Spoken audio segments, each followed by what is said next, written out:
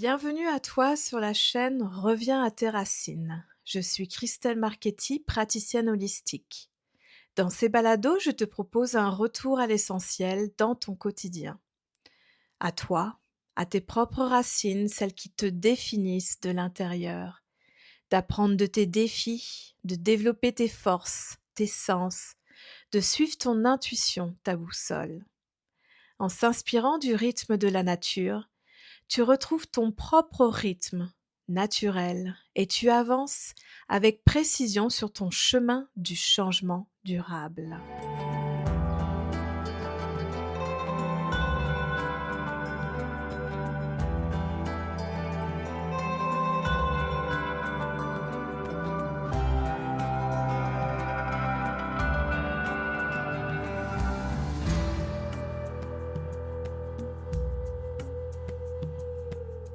Bonjour et bienvenue à toi pour ce podcast dédié à toutes les âmes sensibles et hypersensibles de la Terre qui souhaitent se libérer des défis du quotidien pour leur bien-être, pour ton bien-être et celui des autres.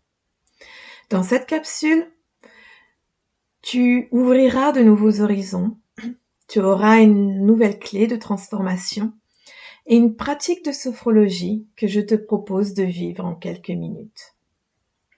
Ce podcast se dédie à la surcharge mentale. C'est un deuxième.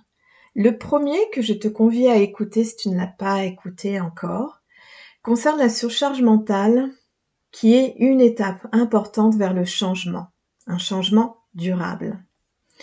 Ce deuxième-là est vraiment dans l'idée de pouvoir te faire découvrir les sources qui génèrent cette surcharge dans ton quotidien.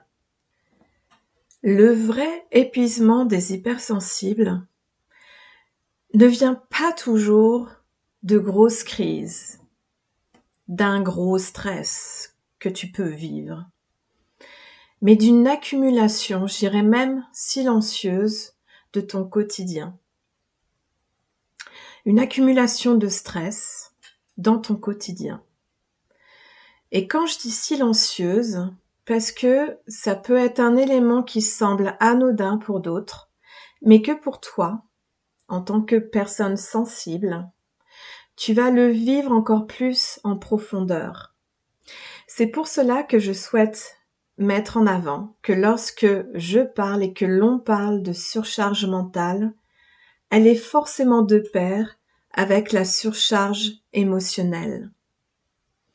Une chose ne sera jamais vécue comme un fait factuel, mais sera toujours vécue avec les émotions de l'intérieur. Cette empathie que tu as fait que tu ressens ce que la personne peut subir.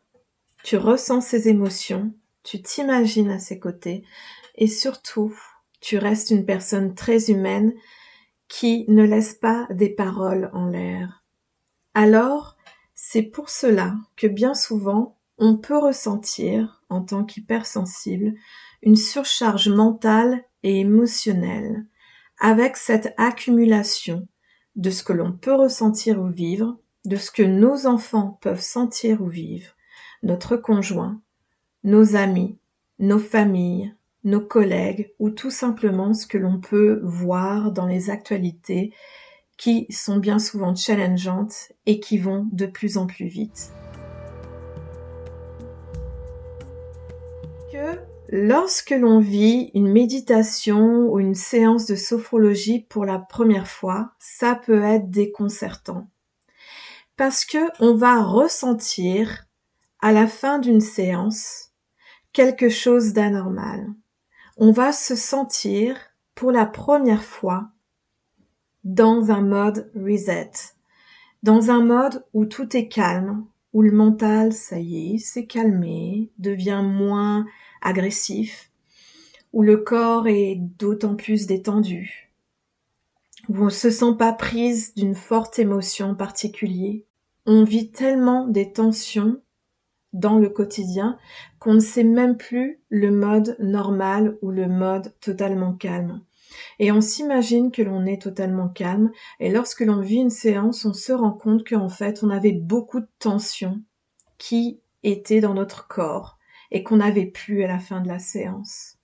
Ces tensions, ces muscles, ces parties du corps qu'on utilise sans même s'en rendre compte, et que ça devient tellement normal dans le quotidien qu'on s'endort avec ces tensions, que l'on se réveille avec ces tensions, on vit avec ces tensions, et que le seul moment où on peut s'en rendre compte, c'est lorsque l'on s'accorde un moment d'une méditation ou d'une séance de yoga peut-être, d'une séance de sophrologie, où à la fin, on va se sentir vraiment légère ou lourde et ça peut être déconcertant.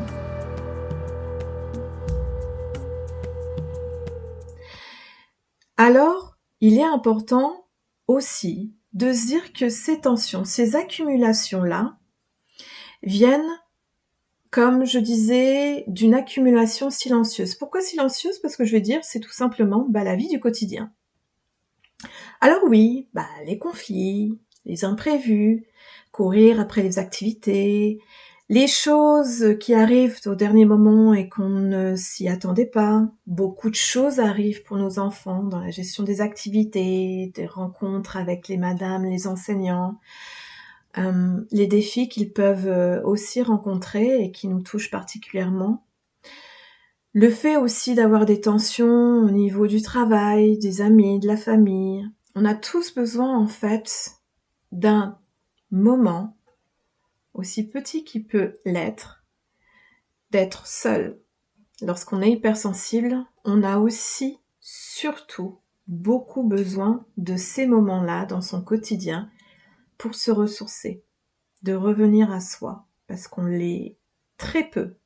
On est très là pour les autres et moins pour soi. Donc, c'est ce qui fait que ces micro-stress s'accumulent lorsqu'on n'a pas de temps de pause aussi. Mais en tant qu'hypersensible, il y a des éléments en plus à prendre en compte. Il y a le bruit, le son, peut-être bien souvent agressif, et donc ça veut dire que ton corps va dealer beaucoup ça pour pouvoir s'en échapper. Les tensions que tu peux sentir ou l'énergie que tu peux sentir dans une pièce que tu n'expliques pas mais qui est là. Et ce qui fait que ton corps est en fight, est en lutte pour se sentir à l'aise dans cet environnement.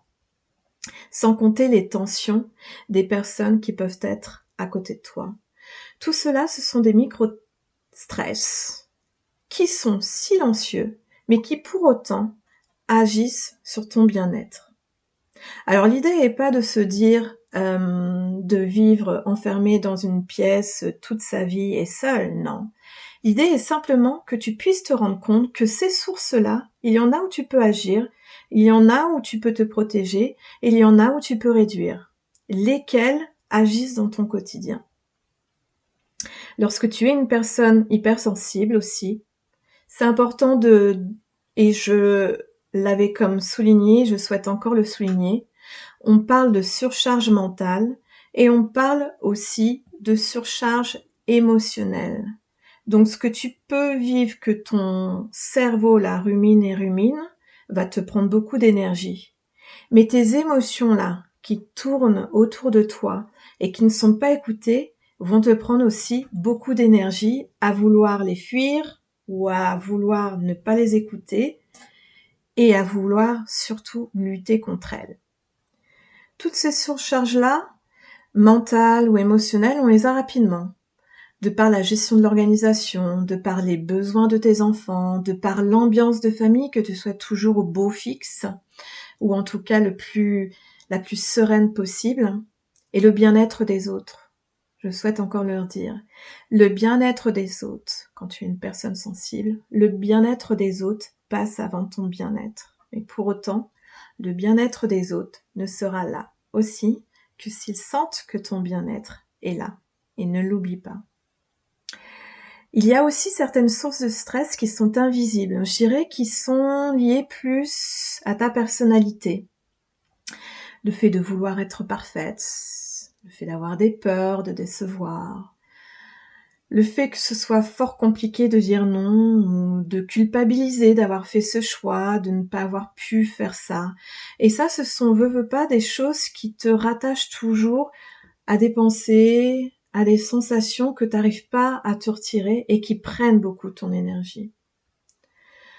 Alors il faut vraiment que tu puisses te rendre compte que les hypersensibles ont cette force et ont aussi cette chose à se libérer ou du moins à pouvoir mieux gérer. C'est que ton cerveau traite profondément chaque stimulation. Il n'y a pas une stimulation qui va venir et qui va aussitôt passer, aussitôt partir. Non, tu vas vraiment vivre cette stimulation positive et négative dans le plus profond de ton être. Alors la clé de transformation que je te propose, là, c'est de te dire que ce qui te fatigue mérite d'être reconnu. Prends conscience de ce qui te surcharge, de ce qui te vide et de ce qui te nourrit pour pouvoir à la fois te ressourcer et pour pouvoir à la fois sentir tes alertes dans ton corps. Alors maintenant, je souhaite justement te proposer un exercice, une pratique de sophrologie qui est plutôt à faire, je dirais, dans une pièce où tu es calme, voire même dans ton bureau si personne ne peut te déranger, qui va prendre seulement quelques minutes, et que je te propose d'être assis ou assise confortablement sur ta chaise, les pieds au sol, les mains sur tes jambes, le dos bien droit. Et je te propose de fermer tes yeux ou de regarder légèrement vers le sol si tu ne souhaites pas totalement les fermer. Cet exercice va être un petit scan de ton corps. Pour commencer, je vais te proposer de faire 3 profondes respirations en inspirant par le nez, en gonflant le ventre. En expirant par la bouche et dégonflant le ventre. Une deuxième fois.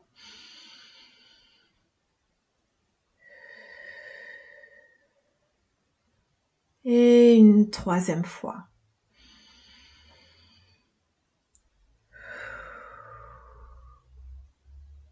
Ça te fait un petit reset. Je te propose maintenant de porter ton attention au niveau de ton visage, de ta tête. Prends conscience de ce qui se passe au niveau de ton visage. Est-ce que tu sens des tensions particulières? Est-ce qu'il y a une partie qui est plus fatiguée que d'autres, à droite ou à gauche?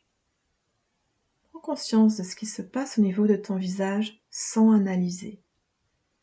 Si tu sens des tensions ou pas.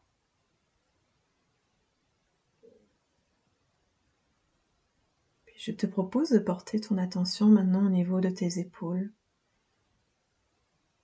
Est-ce que tu sens certaines tensions ou une différence entre le côté droit et le côté gauche? Est-ce que une est plus abaissée que l'autre?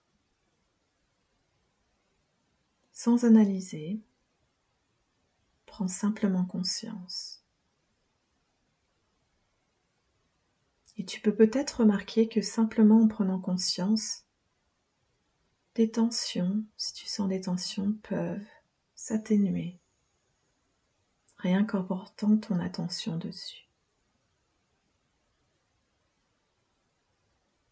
Prends conscience maintenant au niveau de ta poitrine. Est-ce que tu sens des choses particulières, en particulier au niveau de ta poitrine?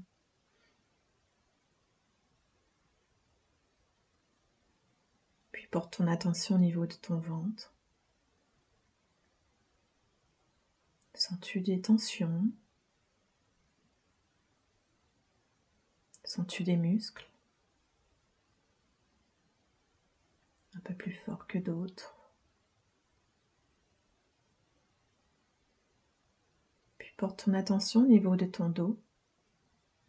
Est-ce que tu as la même sensation au niveau du haut et du bas de ton dos? Du côté gauche, du côté droit? Est-ce qu'il y a des tensions?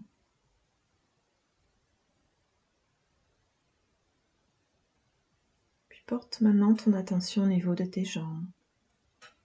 Sens-tu des tensions particulières? au niveau de tes cuisses ou de tes mollets. As-tu la même sensation côté gauche, côté droit? Observe simplement sans juger.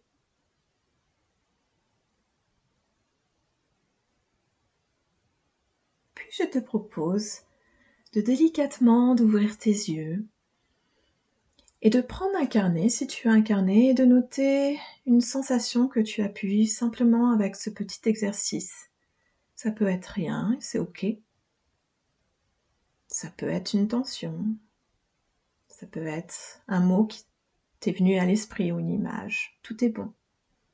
Le fait de l'ancrer sur papier te permet encore plus de l'ancrer en toi aussi.